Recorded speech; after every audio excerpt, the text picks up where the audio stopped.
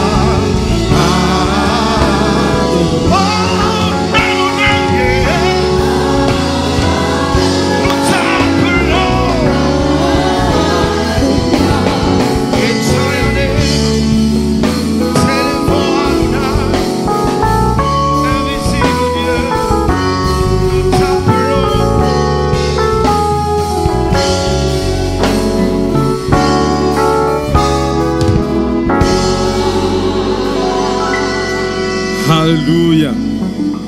Alléluia. Est-ce qu'on peut acclamer le Seigneur pour cette magnifique parole?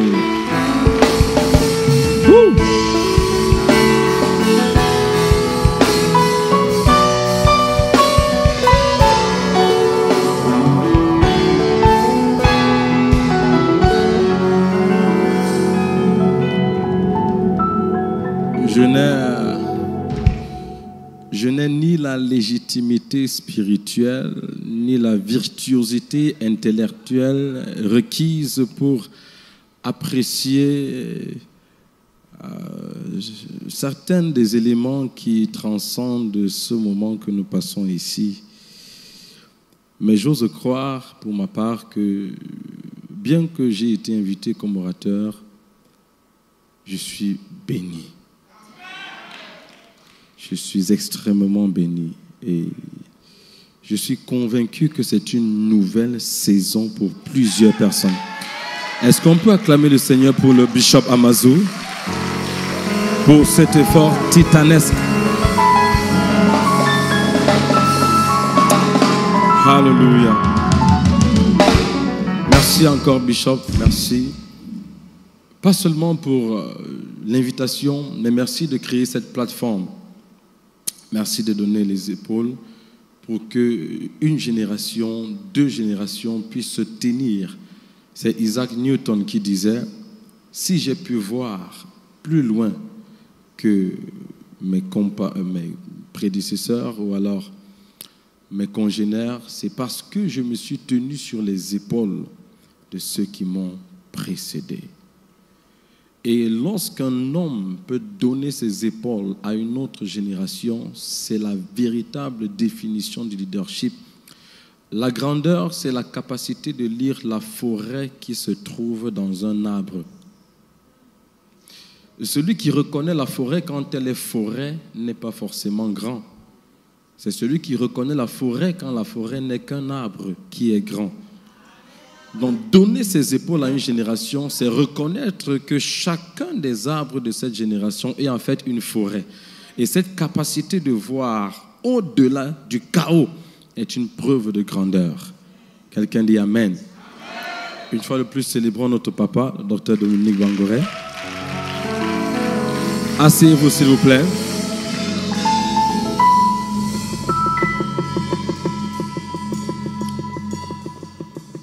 Nous allons le faire ce matin en version pastorale, même si, parce que j'ai entendu le bishop insister sur pasteur, pasteur, pasteur, et je me suis dit, voilà, c'est une session très intéressante.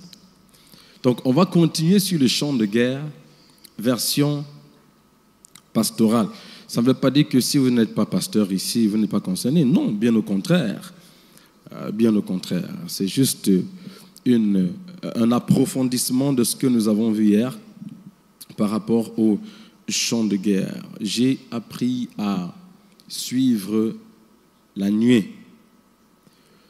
Et je vais tout simplement évoluer dans le même sens que Bishop tout à l'heure, qui parlait du modèle, qui parlait de rester dans ce que Dieu nous a appelés à faire. Et justement, comme il le mentionnait, ça parle également du champ, rester dans son champ, parce que très souvent, comme je le disais hier, on est vaincu parce qu'on n'est pas dans son champ. Or, l'ennemi connaît le champ de guerre. Il connaît le mystère du champ de guerre. Satan connaît le principe du champ de guerre. Et c'est la raison pour laquelle, lorsque les congénères de Daniel se rendent compte qu'ils n'ont pas la capacité de l'entraîner dans ce qu'il voulait, ils décident de pousser le roi à passer un édit qui interdisait toute forme de prière à Dieu, ou alors, au Dieu babylonien, sachant que Daniel ne pouvait pas prier à un autre Dieu que son Dieu. Et la Bible dit que lorsque le décret fut passé, Daniel rentra chez lui et comme à l'accoutumée, oh my God, comme à l'accoutumée, il continua à prier 3 fois par jour. En fait, Daniel voulait dire, je suis jeune, mais j'ai suffisamment d'intelligence militaire pour connaître qu'aucun combattant n'est plus fort que lorsqu'il est dans son champ de guerre. Satan voulait tout simplement l'enlever de son champ de guerre parce qu'il savait que si je réussis à enlever Daniel de son champ de guerre et l'amener dans mon champ de guerre, je vais réussir à le vaincre. Donc très souvent, que ce soit dans les affaires, dans la vie en général ou dans le ministère en particulier, nous n'avons pas la domination justement, nous n'avons pas la réussite, nous n'atteignons pas le niveau que nous sommes censés atteindre, tout simplement parce que nous sommes dans le mauvais champ. Nous sommes dans la mauvaise position. Donc, je vais continuer dans cette lancée et pousser un peu plus dans ce que j'ai appelé le positionnement stratégique. Le positionnement stratégique.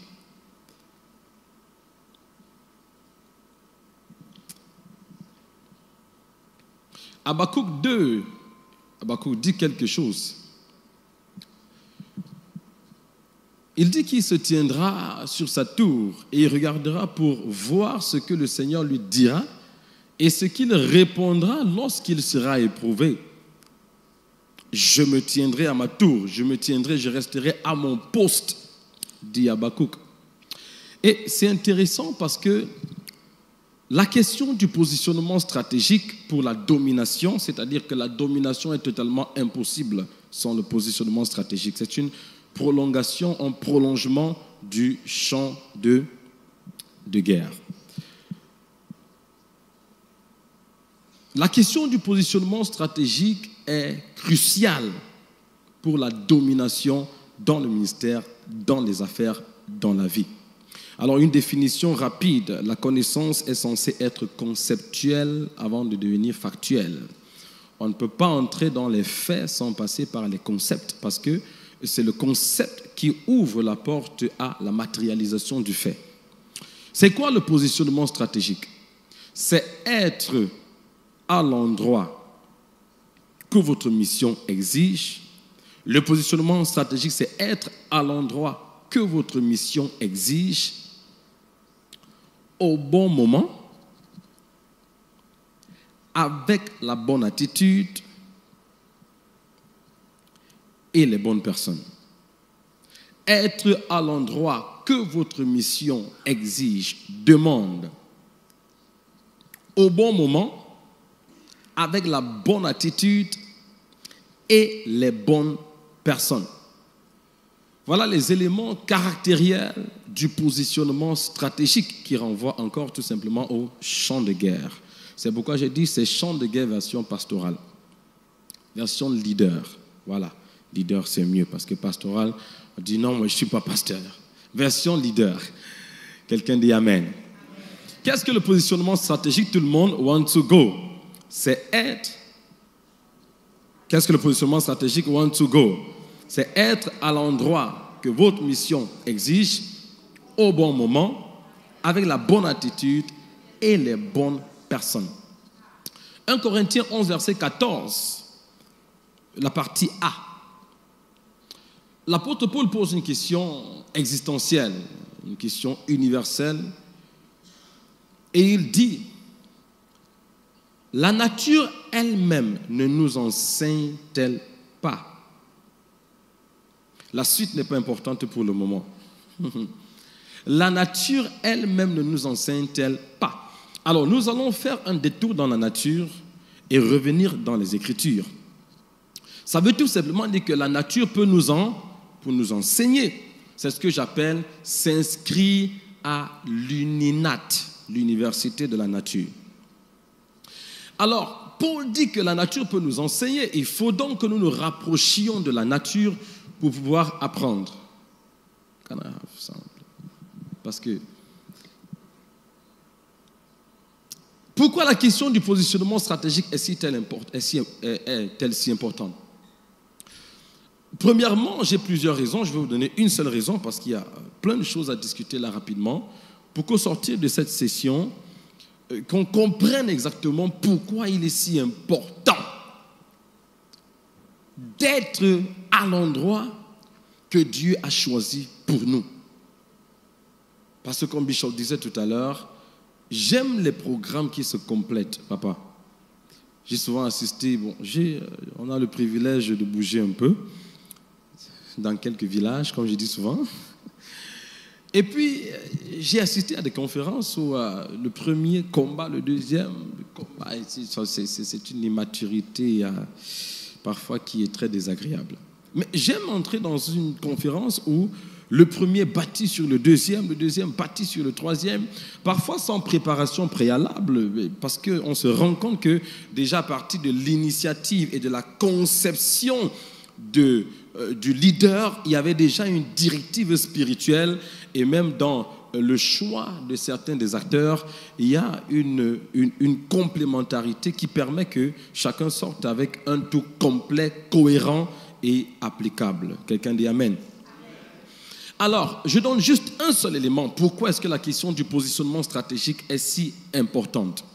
Parce que l'univers matériel dans lequel nous vivons a été structuré autour de ce principe. Voilà la première raison et la seule que je vais donner. Pourquoi est-ce que le positionnement stratégique est si important? Parce que notre univers matériel est structuré autour de ce principe. L'univers matériel est structuré autour du principe du positionnement stratégique. Autrement dit, tout dans l'univers est si bien positionné qu'un petit changement pourrait causer une catastrophe. Et ceci s'applique dans la vie, ceci s'applique dans le ministère, ceci s'applique dans l'exercice de notre leadership, ceci s'applique de manière générale dans la destinée. Si l'apôtre Paul nous suggère que la nature peut nous enseigner, alors il est important pour nous de convoquer les éléments de la nature pour pouvoir apprendre de ce système que Dieu a mis pour être un reflet ou une extension de sa personne. Prenons quelques exemples, nous allons prendre deux. Prenons le positionnement de la terre par rapport au soleil. Premier exemple, on va faire un peu de science. Le positionnement de la Terre par rapport au Soleil. Des études scientifiques montrent que la distance entre la Terre et le Soleil est à peu près de 150 millions de kilomètres.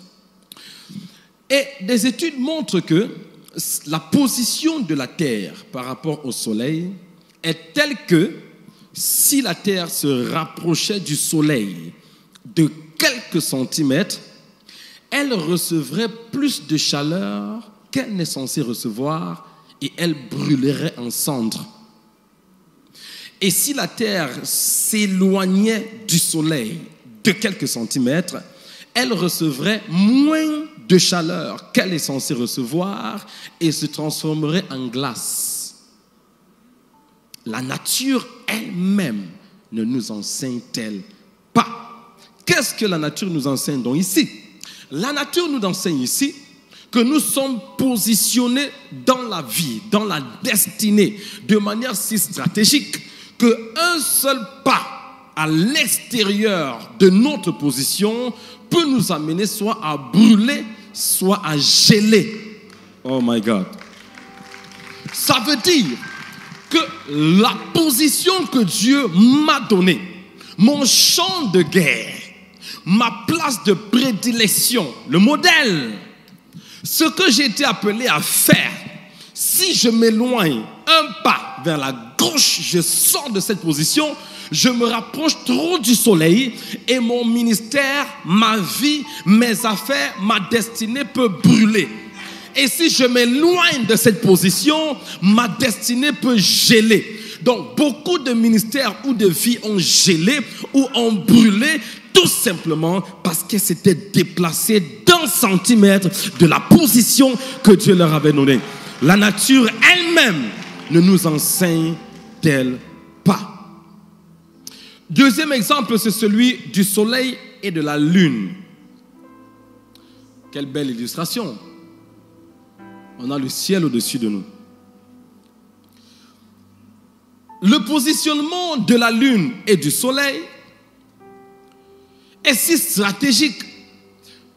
Beaucoup de personnes regardent la lune la nuit et pensent que la lune brille. Et ils ont raison, elle brille. Seulement, la lune ne brille pas par sa propre lumière. Parce qu'elle n'est pas un astre, elle est un satellite. La différence entre un astre et un satellite, c'est qu'un astre est un corps céleste qui brille par sa propre lumière.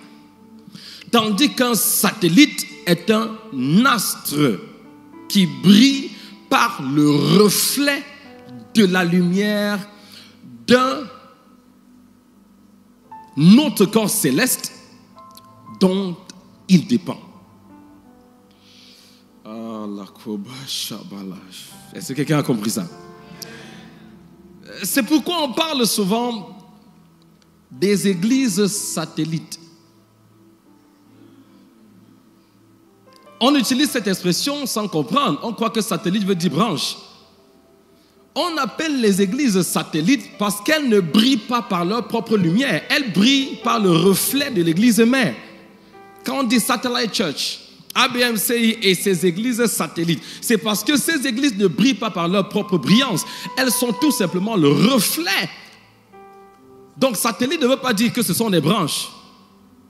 Satellite signifie, c'est un corps céleste qui brille, qui émet de la lumière par le reflet de la lumière d'un autre corps céleste dont elle dépend. Et donc, comment est-ce que la lune brille? Parce que vous sortez là la nuit et vous regardez la lune, elle brille. Mais c'est intéressant. Parce que la lune est tout simplement positionnée de manière stratégique pour recevoir le soleil, la lumière du soleil dont elle dépend. Et par le principe de la réflexion, la lune reflète la lumière du soleil. Et quand vous regardez la lune, vous croyez qu'elle brille par sa propre lumière, alors qu'en réalité, elle n'est qu'en train de refléter la lumière du soleil dont elle dépend. Et l'apôtre Paul dit, la nature elle-même ne nous enseigne-t-elle pas? Et qu'est-ce que la nature nous enseigne dans ce cas? Que nous n'avons pas tous été créés pour être des soleils. Non, certains d'entre nous ont été créés pour être des soleils et d'autres ont été créés pour être des lunes. Si vous êtes un soleil, frère, brillez par votre propre lumière. Mais si vous êtes une lune, vous n'avez pas à combattre le soleil. Positionnez-vous tout simplement de manière stratégique. Recevez la lumière du soleil dont vous dépendez et reflétez cette lumière. Lorsqu'on regardera le soleil, on le verra briller. Lorsqu'on vous regardera, on vous...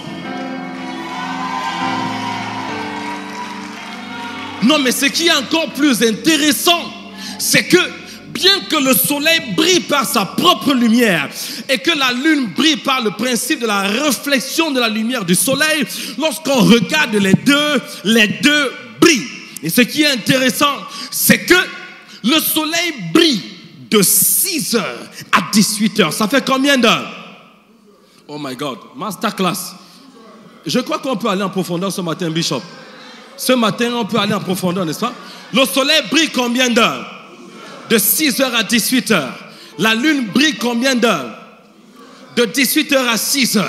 La lune brille 12 heures, le soleil brille 12 heures, alors que la lune brille par la réflexion de la lumière qu'elle reçoit du soleil. Donc être une lune ne veut pas dire que tu es inférieur au soleil, parce que le soleil brille 12 heures et la lune brille 12 heures. Donc pendant que le soleil est en train de briller, la lune ne fait pas de palabres. La lune est cachée quelque part. Elle dit: soleil, tu peux briller, j'arrive le soir. Mande barossa patakapa. Alekopa si telemanon si pande. La lune ne lutte pas avec le soleil. La lune se positionne. Dis à quelqu'un: reste stratégiquement positionné. Oh, donne une main à quelqu'un, donne une main à quelqu'un. Dis-lui: positionne-toi de manière stratégique.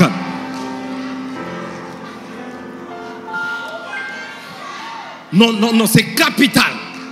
Donc quand le soleil brille en journée, la lune ne fait pas de bruit. La lune ne fait pas de problème. La lune est intelligente. La nature elle-même. Oh, j'aime l'apôtre Paul, l'apôtre des profondeurs, l'apôtre des mystères, l'apôtre des hauteurs. Une seule petite phrase de l'apôtre Paul peut être le sujet d'une thèse de doctorat. La nature elle-même ne nous enseigne-t-elle pas? Et on peut s'arrêter là pendant 1 an d'enseignement. Alors je lis ma Bible dans le psaume 121 et il dit: le soleil ne vous frappera pas de jour et la lune ne vous frappera pas de nuit. Ça veut dire que la lune, bien qu'elle brille par le reflet de la lumière du soleil, a autant de pouvoir que le soleil, jusqu'à ce qu'il est écrit que le soleil ne te frappera pas de jour et la lune ne te frappera pas de nuit. Genèse 1,14. Dieu créa les corps célestes, le soleil pour présider. Non, pour que tu comprennes bien. Le soleil pour être le président du jour et la lune pour être la présidente de la nuit. Et on ne savait pas que la lune brillerait par la réflexion de la lumière du soleil. Mais même si elle est le reflet de la lumière du soleil, elle est présidente autant que le soleil est président. Ça veut dire que la nature nous enseigne que nous n'avons pas tous été créés pour être des soleils. Certains ont été créés pour être des soleils et d'autres ont été créés pour être des lunes. Mais cela n'indique pas, cela ne signifie pas, cela n'implique pas que la lune qui brille par le reflet du soleil est inférieure au soleil. Et c'est le problème que nous avons. Nous pensons que si nous reflétons la lumière d'un soleil dont nous dépendons, ça fait de nous des personnes inférieures. Non, ça ne fait pas de toi quelqu'un d'inférieur. C'est une question de positionnement stratégique.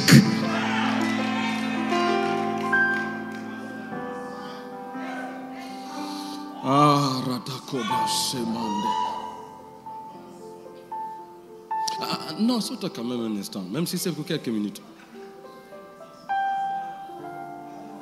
La nature elle-même ne nous enseigne-t-elle pas? Et la question du positionnement stratégique, on la voit partout. Le temps nous ferait défaut pour en parler et s'étendre à longueur de journée. Mais vous voyez, lorsqu'on rentre dans les Saintes Écritures, on commence à voir la question du positionnement stratégique dès le livre de Genèse. Genèse chapitre 2, la Bible dit: lorsque Dieu créa l'homme, il le mit au milieu du jardin, Genèse 2,15, pour le cultiver, pour le garder. Et il mit un arbre, l'arbre de la connaissance du bien et du mal. Petite correction, si je peux me permettre, en toute humilité. Parce que souvent on a prêché que c'est l'arbre du bien et du mal. Mais attention, Ce n'était pas l'arbre du bien et du mal.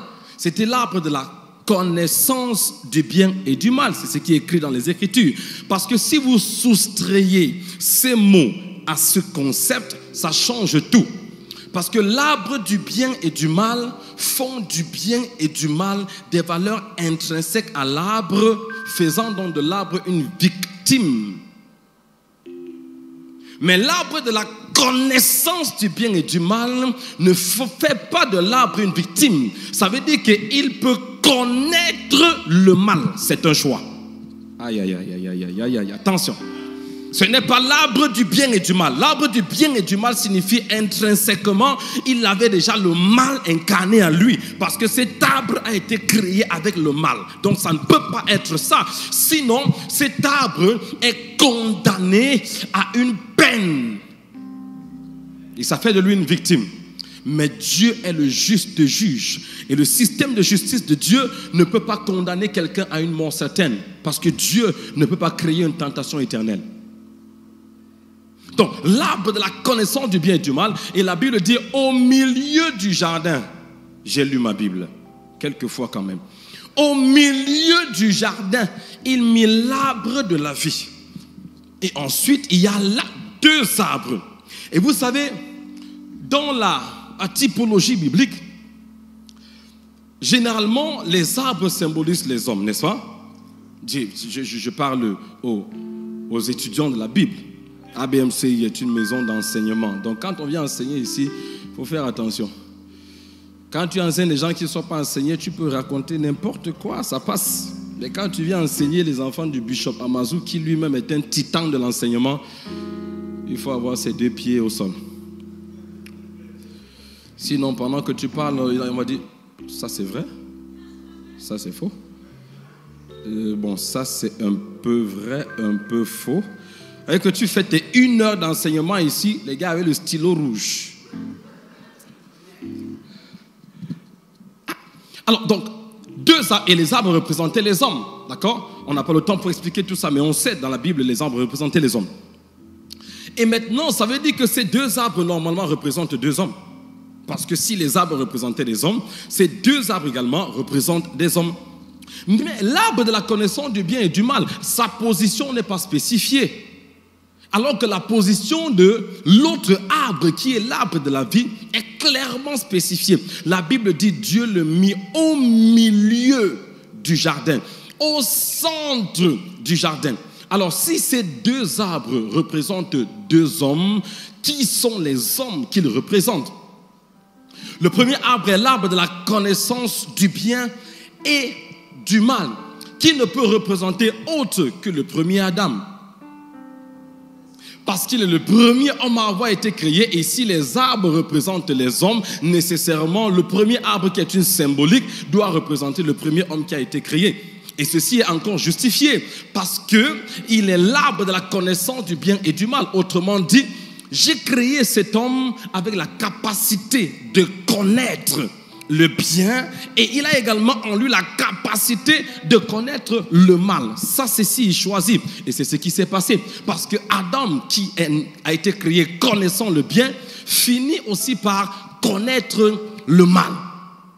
Mais vous savez, Dieu dans sa préscience, parce que, oh Seigneur Jésus, oh là là, Dieu ne peut jamais être pris à l'improviste. Donne-moi un amen. Jamais. Donc, est-ce que la chute de l'homme était une surprise pour Dieu? Non. Le plan éternel de Dieu était déjà écrit quand il avait fini la création. Le plan éternel de Dieu, avec toutes les probabilités possibles. Parce que si tu mets en quelqu'un le libre arbitre, il faut être prêt pour les retours. Libre arbitre veut dire que la personne peut faire des choix que tu n'avais pas voulu pour lui. Mais dans ta préscience et ton amour en tant que Père et Créateur, tu prévois un plan de secours, au cas où dans son libre arbitre, il fait des choix que tu n'as pas prévus pour lui. Donc les 2 arbres représentaient déjà le plan éternel de Dieu pour l'homme. J'ai créé le premier homme. Il a la capacité de connaître le bien, il a la capacité de connaître le mal. Au cas où il connaît le mal, j'ai un autre 2e arbre qui viendra et qui lui est l'arbre de la vie. Alors, naturellement, on va se dire, oh ben, si le premier arbre de la connaissance du bien et du mal représentait le premier Adam, forcément le deuxième va représenter le deuxième Adam. Mais vous savez, quand on a fouillé un peu, on fait attention à son interprétation. Parce que le dire, c'est banaliser la connaissance. La connaissance, c'est bien, il faut chercher. Comment je tire une conclusion que le deuxième arbre, c'est le deuxième Adam? Non, c'est simple, il s'appelait l'arbre de la vie. La Bible dit, Dieu a mis l'arbre de la vie au milieu du jardin. Et comment je fais pour savoir qui est l'arbre de la vie? Je ne vais pas tirer une conclusion hâtive et dire, bon, si le premier arbre était le premier Adam, le deuxième forcément est le deuxième Adam. Mais non! Mais je vais dans la Bible parce que les Écritures doivent expliquer les Écritures. Alors je vais dans Jean 14 et j'entends un homme qui me dit, je suis le chemin, la vérité et la vie. Donc je suis la vie. Et un chapitre plus tard, dans Jean 15, il dit, je suis le cep, vous êtes les sarments. Le cep, c'est l'arbre. Donc, dans Jean 14, il dit, je suis la vie. Dans Jean 15, il dit, je suis l'arbre. Je n'ai qu'à connecter les deux chapitres et comprendre que je suis l'arbre de la vie qui était au milieu du jardin.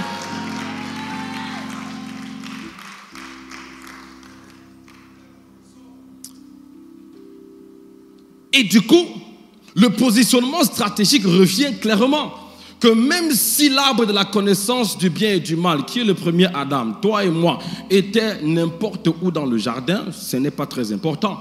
Mais pour l'arbre de la vie, il devait être au milieu du jardin. Parce que s'il est Christ en typologie, alors Christ doit être au milieu de ta vie pour que ta vie puisse avoir un sens. Donc le positionnement stratégique est déjà vu dès le positionnement des arbres dans le jardin d'Éden. Pour montrer à quel point la question du positionnement stratégique est importante. On va étudier rapidement deux cas. Le cas de Samuel et le cas de Jean-Baptiste. Très rapidement. Ensuite, on va prier un peu. L'histoire de Samuel dans 1 Samuel chapitre 10, on va dire rapidement, 7, 8, rapidement, 1 Samuel chapitre 10, juste pour nous rafraîchir un peu la mémoire. 1 Samuel.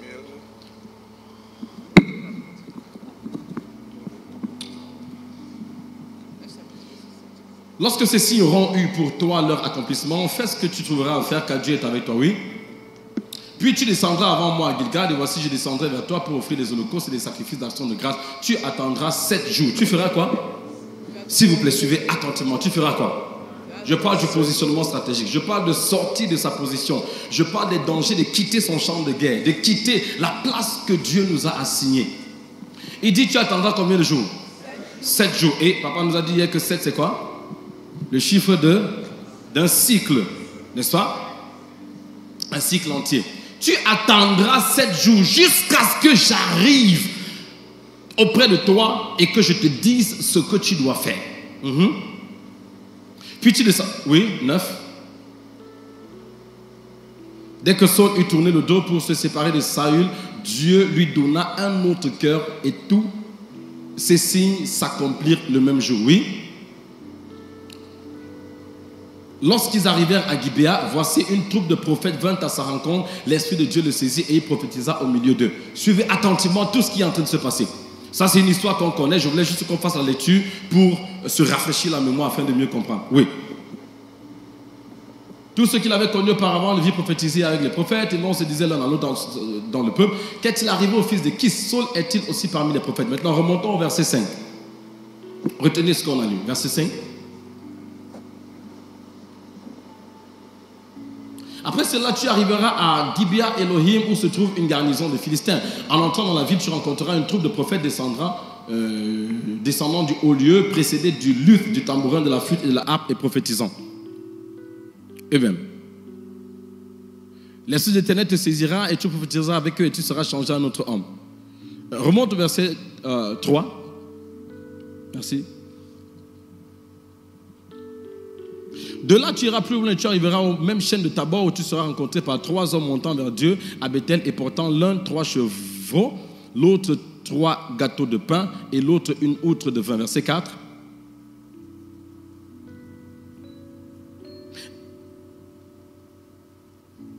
Est-ce qu'on peut lire le verset 4 ensemble? Tout le monde. 1, 2, go. Ils te demanderont comment tu te portes. Et ils te donneront 2 pains que tu recevras de leurs mains. Ils, les 3, au pluriel. Ils te demanderont comment tu te portes. Et ils te donneront 3 pains. Hein? Combien? Ils te donneront 2 pains. Mais celui qui a les peurs,